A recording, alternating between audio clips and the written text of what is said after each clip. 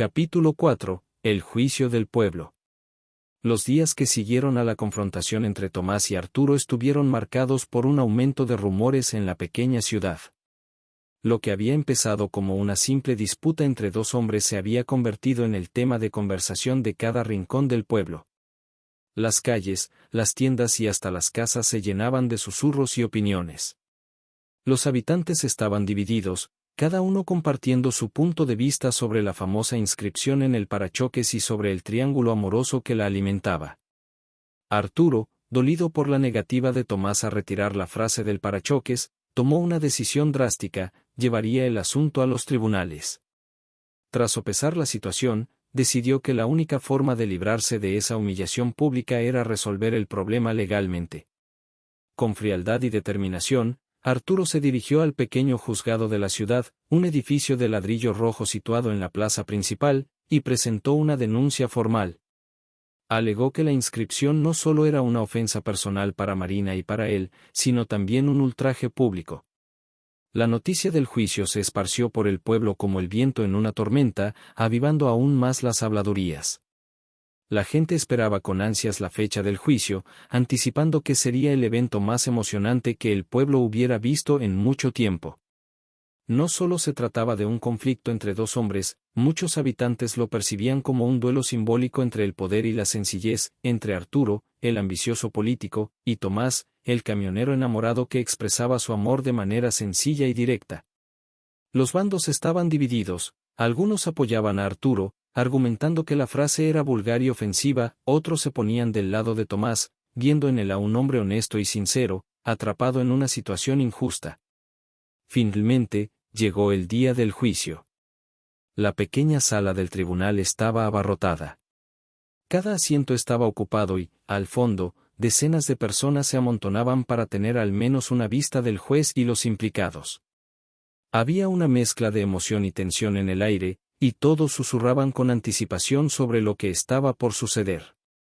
Tomás fue el primero en llegar, vestido con su ropa de siempre.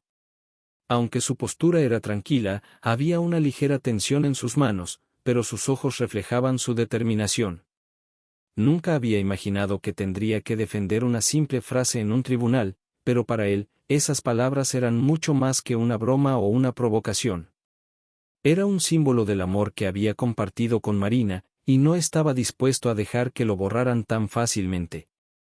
Se sentó en silencio en la mesa del acusado, mirando con calma a la multitud. Arturo llegó poco después, impecable en su traje oscuro, proyectando una imagen de seguridad y poder. Su rostro estaba serio, y aunque mantenía una expresión serena, era evidente que estaba confiado en su victoria. Sabía que la ley estaba de su lado y planeaba usar todo su carisma para convencer al juez de que la frase debía desaparecer para siempre. Finalmente, el juez entró en la sala. Era un hombre mayor, de rostro severo, conocido por su imparcialidad y por la firmeza de sus decisiones. Después de observar brevemente la sala repleta, indicó que el juicio podía comenzar.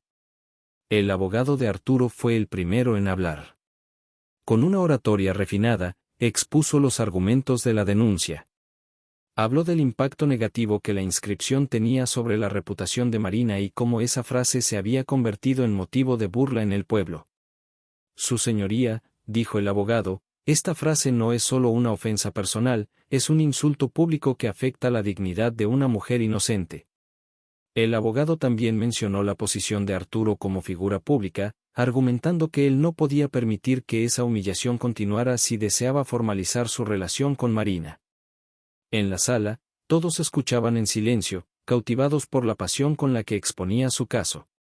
Entonces, llegó el turno de Tomás. Se levantó lentamente, mirando a los presentes antes de comenzar a hablar. No era un hombre acostumbrado a los grandes discursos, pero lo que le faltaba en elocuencia lo compensaba con honestidad. Esa frase, puede parecer vulgar para algunos, dijo Tomás, con voz calmada pero firme. Pero para mí, es un recuerdo de lo que Marina y yo compartimos.